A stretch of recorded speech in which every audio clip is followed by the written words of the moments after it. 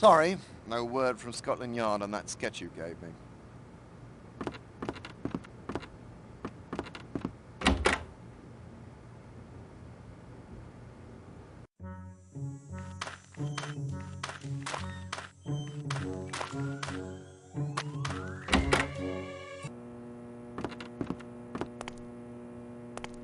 Like a ride to the... Yes, please. Let's be off then. I've been looking after the hotel garage and driving the sea tractor for almost 5 years now. Just look at that major bear.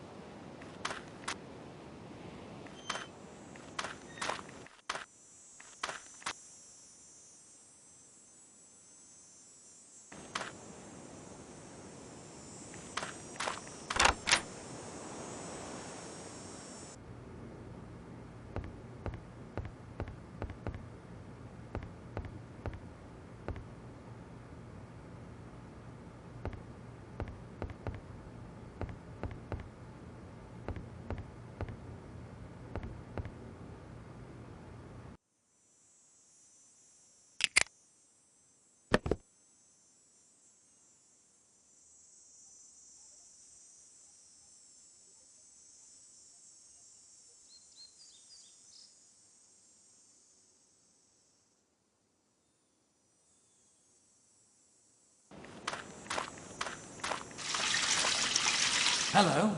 Somebody's having a bath. Leaving it rather late in the morning, weren't they?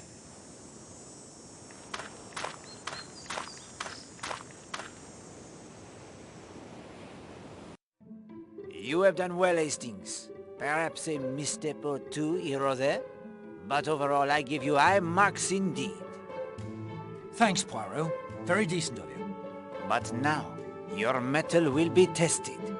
Recall where each suspect was last seen. I have marked their positions on the map here. As you probe their alibis, we will update the map so that perhaps you can see who had the most opportunity to kill Madame Masher. And do not neglect the inhabitants of Leathercombe Bay. They may also have information of importance. I'll be thorough, old man. You can count on me. Excellent! And of course, if you find yourself unable to progress, we will consult the magic of the Finger of Suspicion.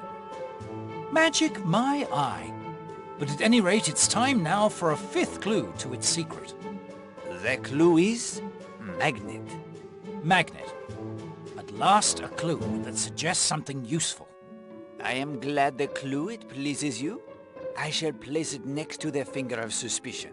Use it as you will. When you are ready, my friend, we will return to Seadrift Island. It is now late morning.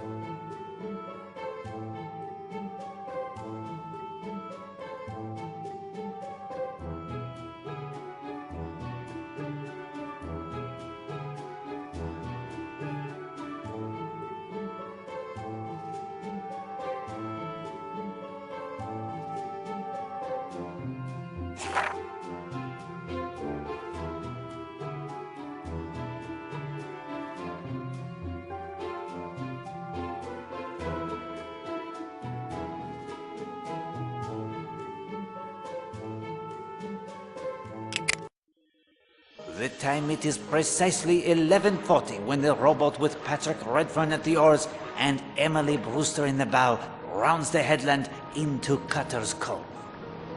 Hello? Who's that?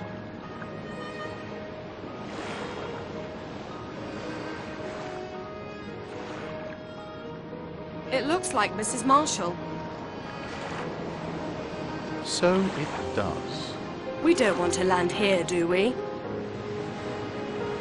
Oh, plenty of time. That's odd. Why is Mrs. Marshall lying in the shade?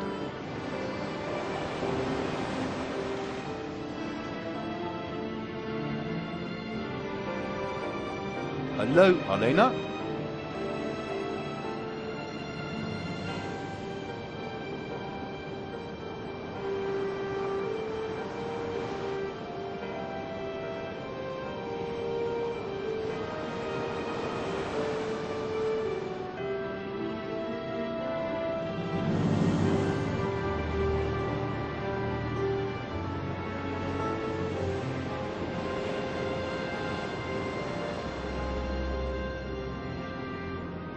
Mademoiselle Brewster senses something. The body, the way it lies. There is something unnatural in the angle of the outspread arms. Elena? Monsieur Redfern too, he hesitates, and then...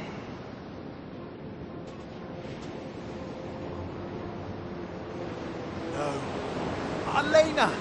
No! Is she? She's dead! Oh, God. She's been strangled! Elena! I was in my room, as yet unaware of the tragedy.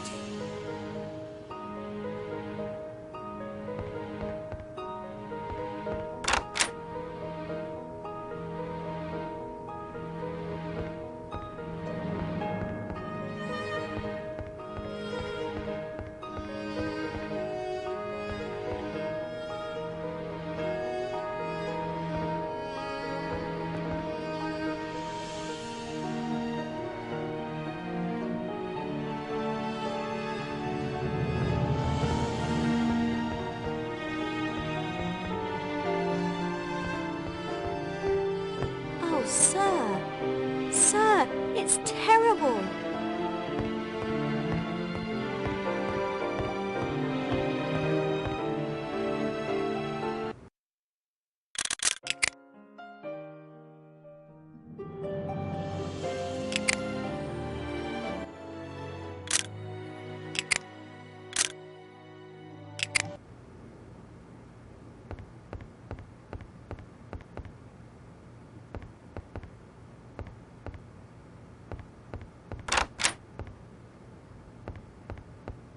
Oh, Monsieur Poirot.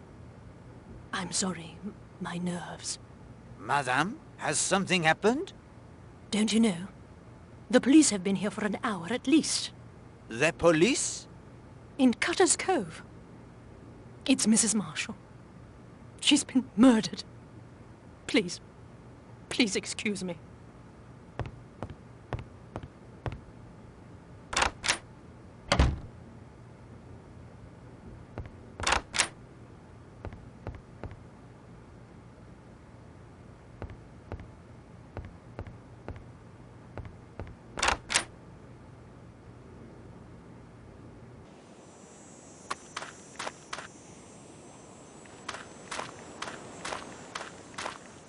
Please, not now, Monsieur Poirot. My wife is too distraught to speak.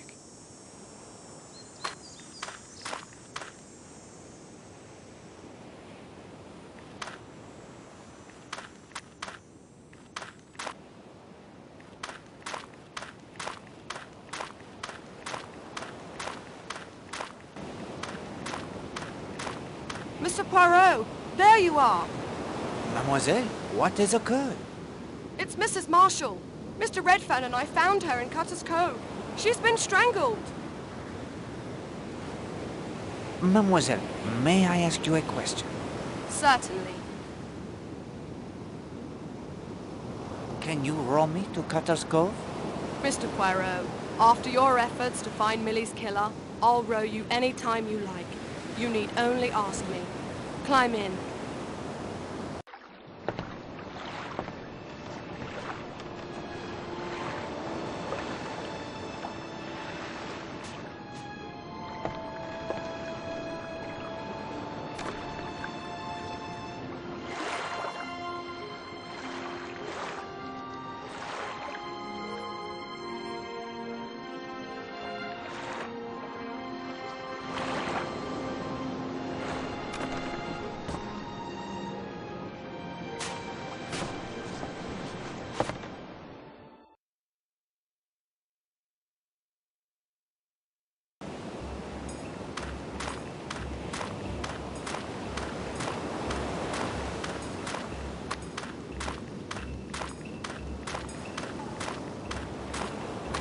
Oh, Poirot, at last. Listen, you know how strapped I am right now with the evacuation, the Home Guard, and now fifth columnists. If you could leave the investigation, I would be in your debt. I will help in any way I can, my friend. Thank you. You just missed Dr. Neasden, the coroner. My men have done a cursory search of the cove. We'll be back shortly to collect the remains and with equipment to do a better job. called you? George Strum, bathing beach attendant, showed up on my doorstep. Miss Brewster sent him. As luck would have it, Neasden was with me, so we came right over. What could Dr. Neasden tell you about the time of death? He put the time of the murder at somewhere between 11:15 and 12:20, just before Redfern and Miss Brewster showed up. The cause of death was strangulation? Oh yes, no doubt about that. The handprints are very clear on the neck. Neasden may be able to tell us more after the autopsy, but it's pretty clear a very strong pair of hands did that to her. That's all I have for now. Poirot, I hate to drop this thing in your lap like this. Do not concern yourself, my friend. Look around all you like. Make sure everyone knows you speak with my authority. I'll do a background check on everyone on the island. I should have a report for you at the police station later this afternoon. Thank you, Colonel.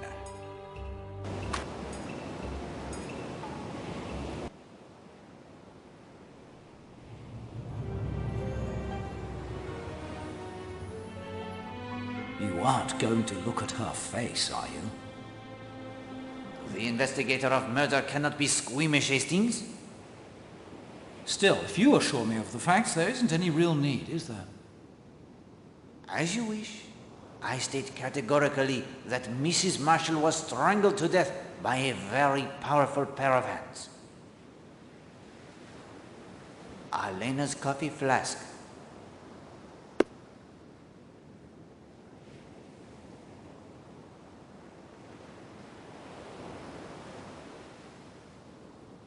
This is certainly significant.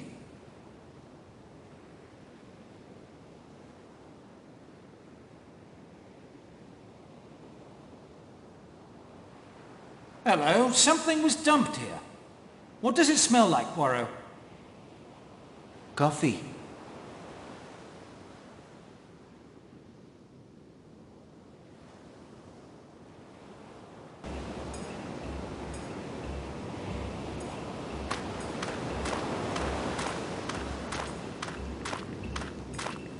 What? Oh, Poirot. May I put to you some questions, Monsieur Redfern? How did you and Mademoiselle Brewster come to be rowing together? I asked Miss Brewster if I could join her. Why did you do that? Monsieur Redfern, there is no longer the luxury of playing the little games. Now is the time for truth. Elena and I were accustomed to swimming together each morning. When I didn't see her on the beach, I went looking for her. She wasn't up at the hotel. I saw Miss Brewster getting the rowboat ready. That's when I got the idea that if we rowed around the island, I might find her, Elena. I offered to row first. We set off. What time did you arrive here? Sometime before 12. I don't know exactly. Tell me what you thought when you saw Mrs. Marshall. Well, I was put out, if you must know. I couldn't understand why she let me marry. I couldn't understand it at all. I rowed for the beach. I wanted to find out what she was doing. What happened after the boat beached? I called out to her, but she didn't answer. She just lay there. I went over to her. There was something strange. She was so still.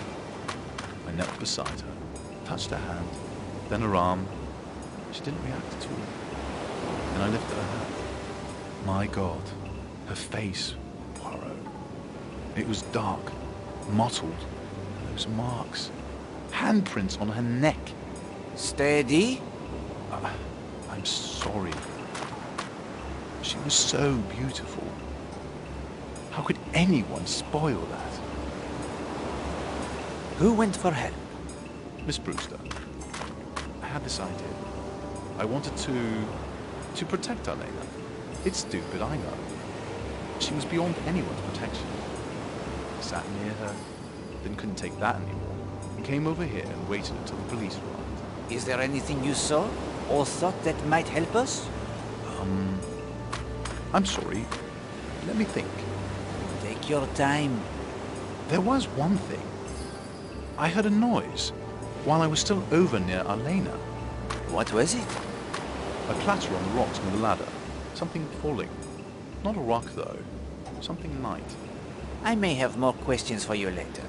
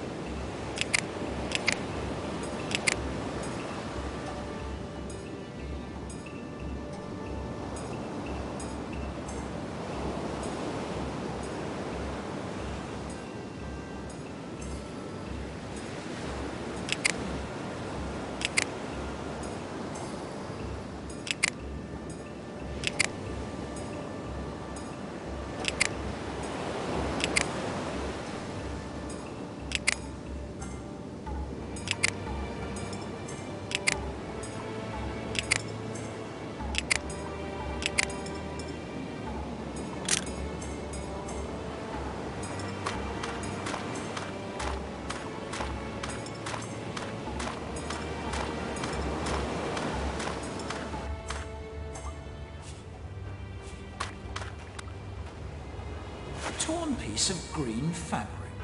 The same color as Arlena Marshall's hat.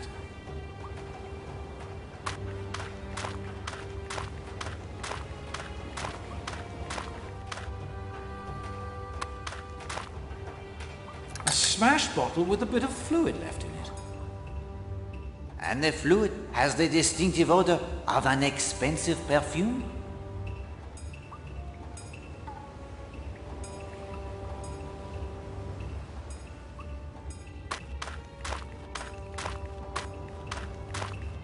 That mud looks like it was placed there deliberately. And there's something shiny underneath. That mud looks like...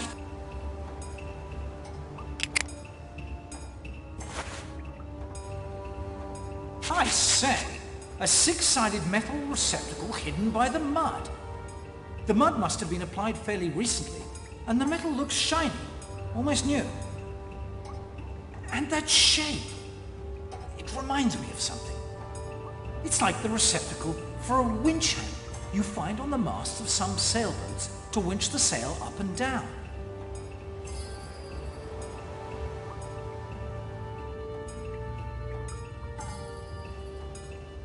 I say, a six-sided metal receptacle hidden, and that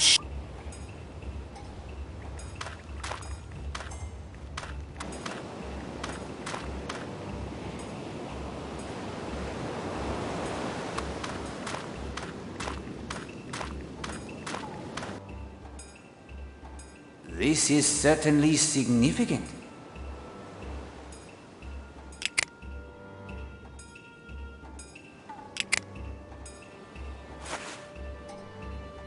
I'll just snip a piece of the fabric from the hat.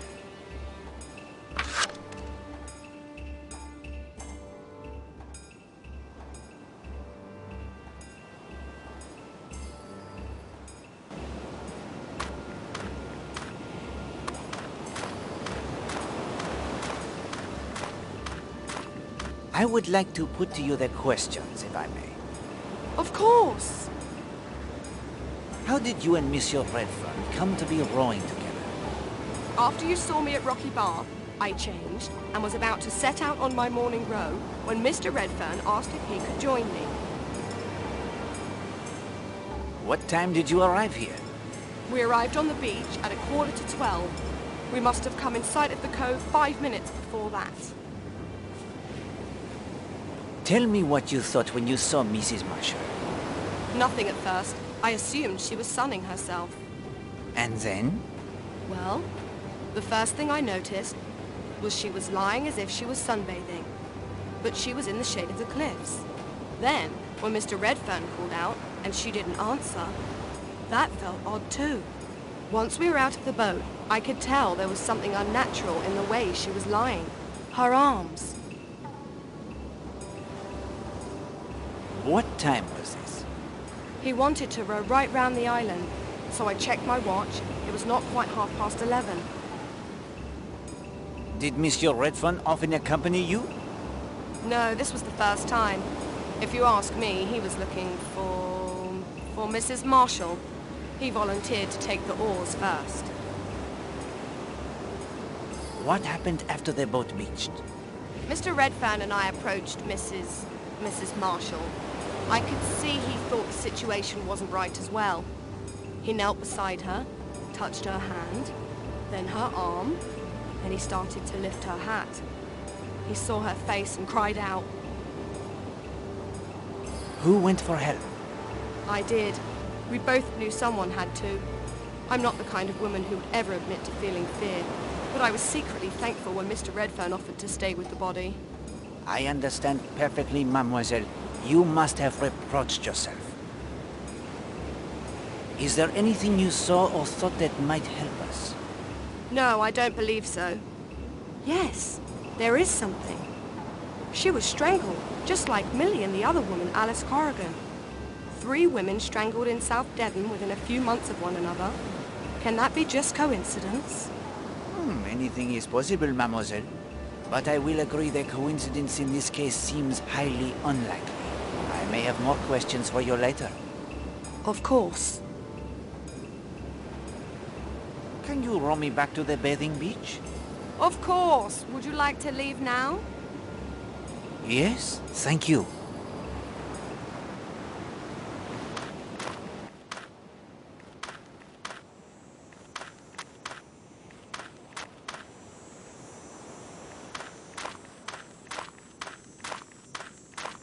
May I have a word with you? Colonel Weston told us to cooperate with you, Mr. Poirot, and of course we will, in any way we can. But this has been a very bad shock to me, and Mr. Gardner's always very, very careful of my health. Isn't that so, Oakley? Yes, darling. Mrs. Gardner is very sensitive. I appreciate you speaking with me. You spent the morning here, overlooking the beach? Yes, we did. And not the slightest idea in our minds of what was happening just around the corner in that little cove. And you were here the entire time? Yes, both of us. From nearly 10:30, 10:25, until Oakley went to play tennis at 12. Isn't that right, Oakley? Well, not exactly. I did run off to fetch your purple wool, if you'll remember. That was around 11 by the hotel clock. It took quite a few minutes to find it, I'm afraid. 15 minutes, possibly 20. No more than 10 minutes, surely. I barely missed you. Methinks she protests too much, Poirot. What is she frightened of? It is a question we must learn the answer to, my friend. Did you see Madame Marshall at all today? We? But that is to say, no. I said to Oakley, why, wherever can she have got to this morning? First her husband comes looking for her, and then that good-looking young man, Mr. Redfern. I always wondered, why must he go running after that woman when he has that nice, pretty wife, all of his own, didn't I, Oakley? Yes, darling. She can babble all she likes, but I heard that hesitation, Poirot. Did you notice anything that might have a bearing upon the case? Why, no, I don't think so. Just that she was always around with young Redfern. Anyone can tell you that. Did her husband mind, do you think? Captain Marshall is a very reserved man. That is all the questions I have for the moment. We're devastated. We know nothing that could help. Aren't we, Oakley? Yes, darling.